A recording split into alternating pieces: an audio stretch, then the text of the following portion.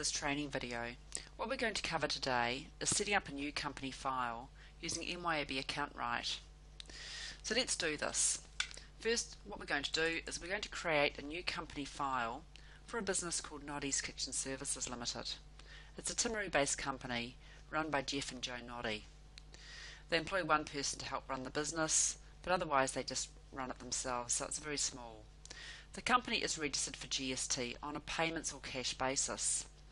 So we've clicked on the icon to open up Account Write, and we've come into the welcome screen. Here we have options. We can either open a company file, and here are three that have already been created, or we can create a new company file. We can upgrade a company file from an old version of MYOB, or we can explore the sample company, which is Clearwater. So let's go create a company file.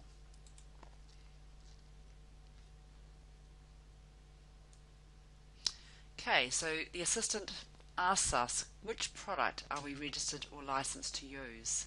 We have three options. You would either be registered for Plus, Standard or Basics. Let's assume we want, or where you should be using Account Write Standard. Choose that and then choose Next. It now requires a serial number, but we can enter this later, so let's leave it blank.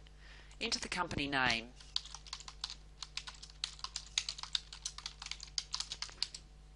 Noddy's Kitchen Services has been entered as the only compulsory bit of information on the screen, but all the other information should be entered at this time. The address will be used on reports and forms, so make sure we get this right. And all other information should be entered as well. Once you've done that, you'd choose Next. This screen sets our financial year. Which is the financial or current financial year, or that financial year you wish to start recording transactions in. We will say it's 2013. The last month in New Zealand, we'll say it's March. But if you're not sure, check with your accountant. Once you've set this last month, it's not easy to change, so get it right. Your conversion month is the month where you wish to start recording transactions in MYOB. We'll select April, which is April 2012. You can't record transactions prior to the 1st of the 4th 2012. Again, make sure this is right. Then choose Next. Here we have to build our accounts list. There are three options. Start with an accounts list provided by MYOB. They give us some predefined accounts lists to use. Or we can import an accounts list from our accountant or MYOB certified consultant. Or we can build our own list. We're given a very basic list to start with. Let's start with the accounts list provided by MYOB. Choose Next. Here we choose the industry that we are mostly aligned to. We have some choices. So what we're going to do is choose Service, because Noddy's Kitchen Services is a service business. And we get a selection of accounts which we can print and check. We'll come back to this list later. It's very, very important this list is set up the way we want it. I would recommend that you print the list. Now we choose Next. We're going to create the company file. It'll be called Noddy's Kitchen Services.myox. It'll be saved in my library. Just leave it there unless you really need to change locations for it.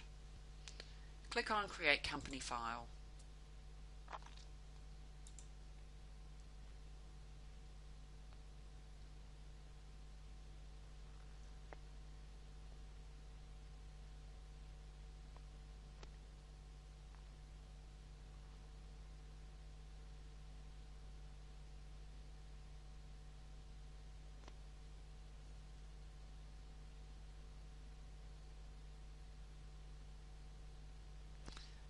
Okay, the next job is to go into the Easy Setup Assistant. This is where we can continue setting up our company file. Now we're asked about activating our company file. We either have 29 days to activate it, or we can turn it into read-only, or we can be a student and just testing MYOB for evaluation purposes. we're going to activate later. The best way to activate your file is by activating it online. Choose Next. And we have a message saying that we have 29 days left to activate our company file. Choose OK.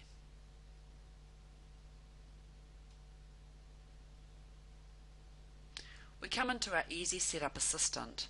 This is where we tailor MYOB, set up new accounts, enter card files, which is names and addresses of customers and suppliers, and enter opening balances. So let's go across these four options, starting with Customize. Click on Customize, and then it gives us a welcome screen. Just choose Next.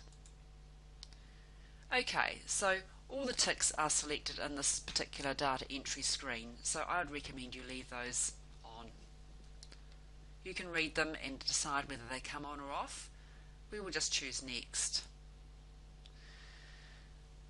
The next screen is optional. We can select and display account name or number.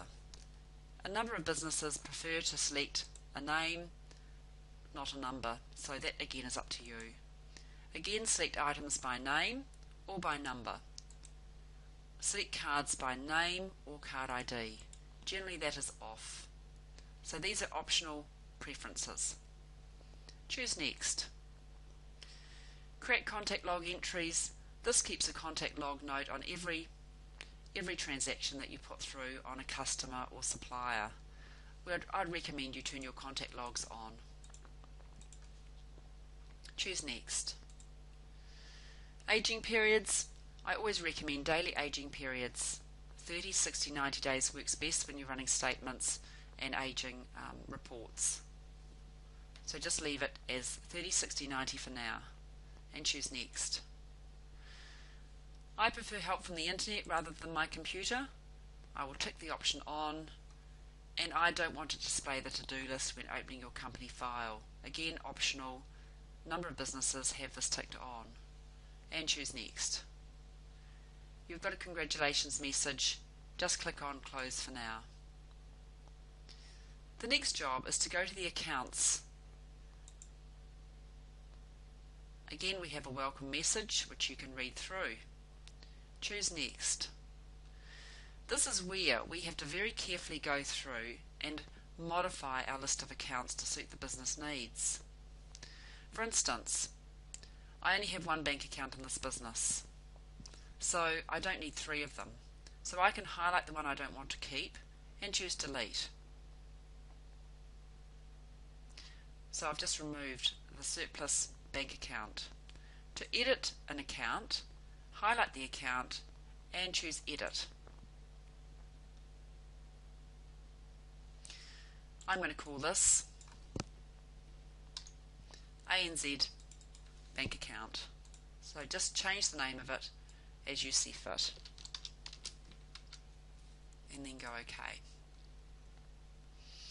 Let's assume we want to edit the second bank account and call it the ANZ savings account.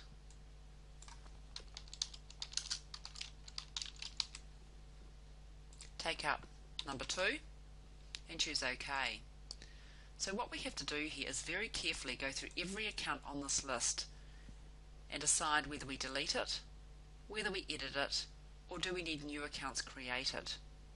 Because getting the accounts list right in your MYOB file is one of the most important jobs you will ever do. It must look and feel like that list you've been using, or the list that the accountant uses to create your end-of-year tax accounts. So I can't point out more strongly how important it is to go through this list and ensure it matches. If you don't need accounts, you can just highlight and delete. This could take some time, so we won't do it all at this time, we will do it later.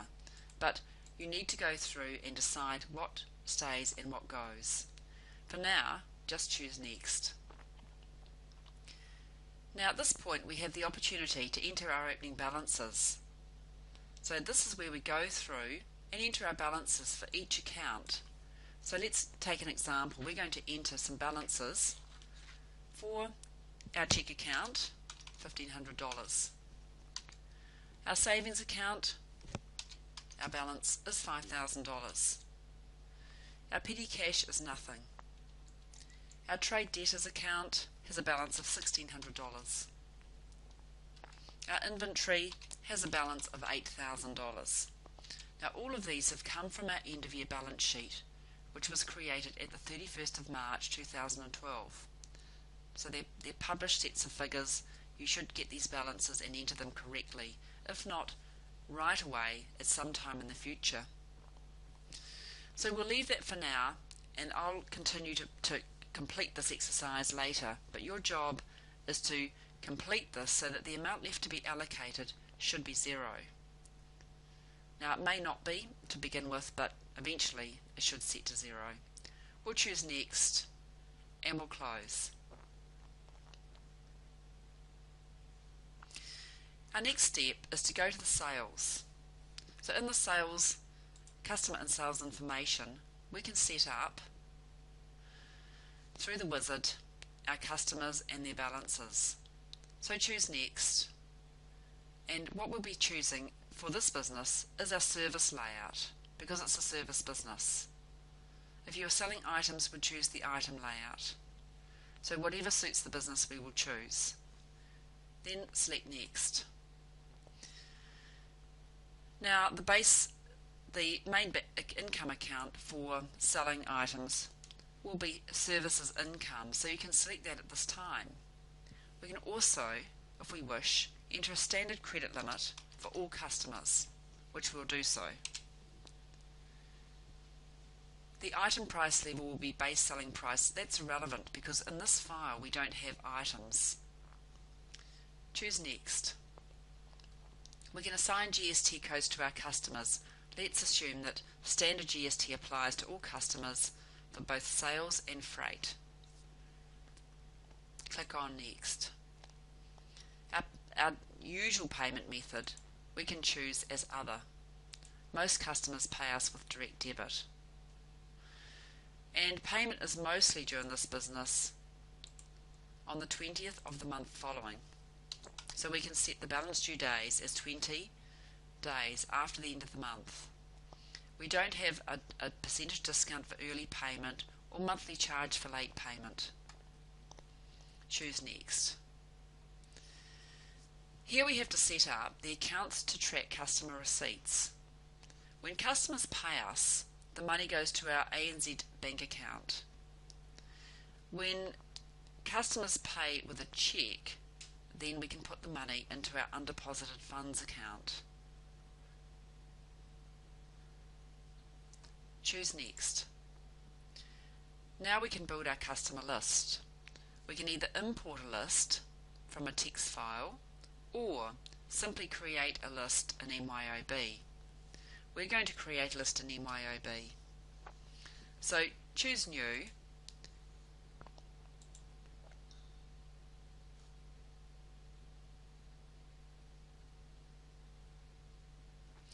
And the first customer is called Eco Kitchens Limited. All we're going to do at this point of time is enter their name. Choose OK.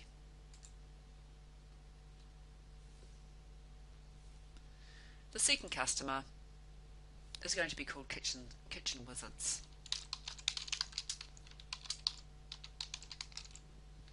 Choose OK. Let's assume we just have two customers now, and that's all we need to set up from the beginning. We'll choose next.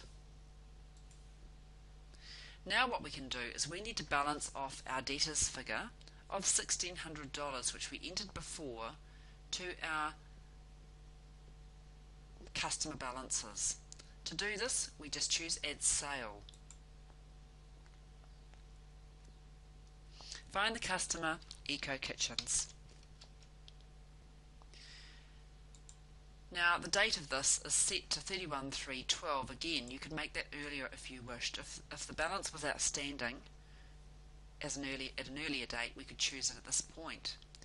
So the total including GST was, let's say, $600. Click on Record.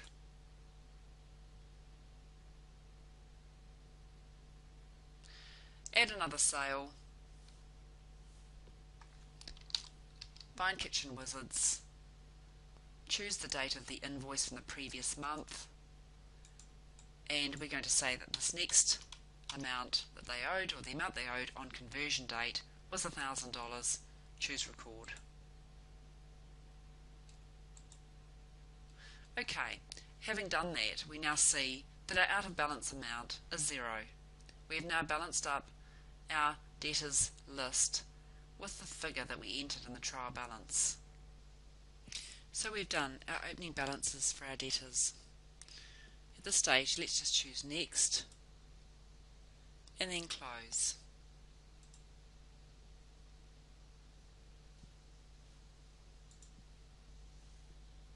We're now going to go in to the Purchases side and complete the Easy Setup Assistant by entering our opening balances for our creditors and any suppliers that we deal with and that we owe money to on conversion date. To do this, go to our Purchases and click on Next. The purchase layout, we'll be using our service layout for this business because we're not buying items. Choose Next. The standard expense account, there won't be one because every business varies in their type of expense in terms of our accounts. So leave that blank, as is the credit limit. Leave it blank. The credit limit could vary among different suppliers. Choose Next. Typical GST assigned to our suppliers will be S15 for standard GST. Just ensure you've got S15 in both fields and then choose Next. Our payment method, mostly we pay by internet. We'll choose the other option.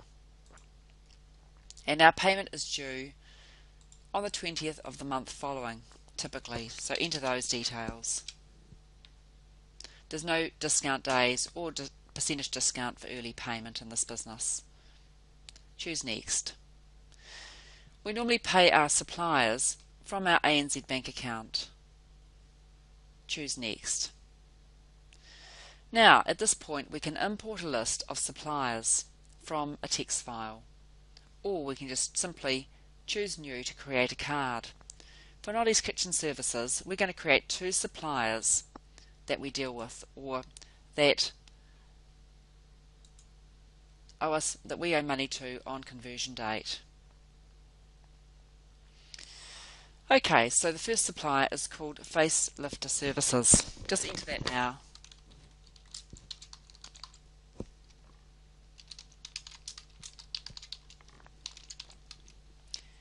We won't enter any other details at this time, but we could do. Choose OK. Another new supplier that we need to enter is going to be called Nippon Distributors Limited.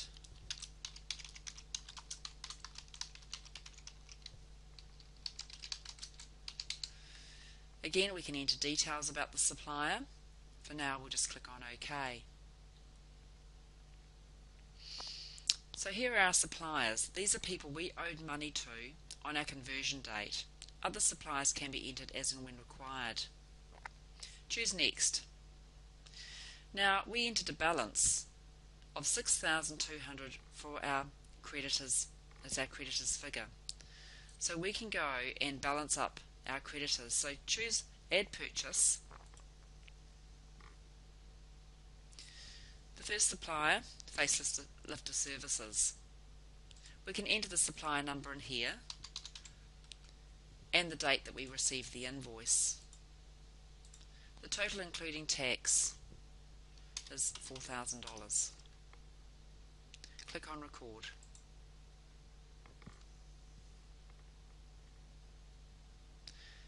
Add another purchase.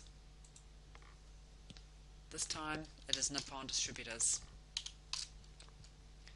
Again, change the date if you wish to the date we received the invoice. And the total including tax is $2,200. We can put the invoice number in if we wish to. Click on Record.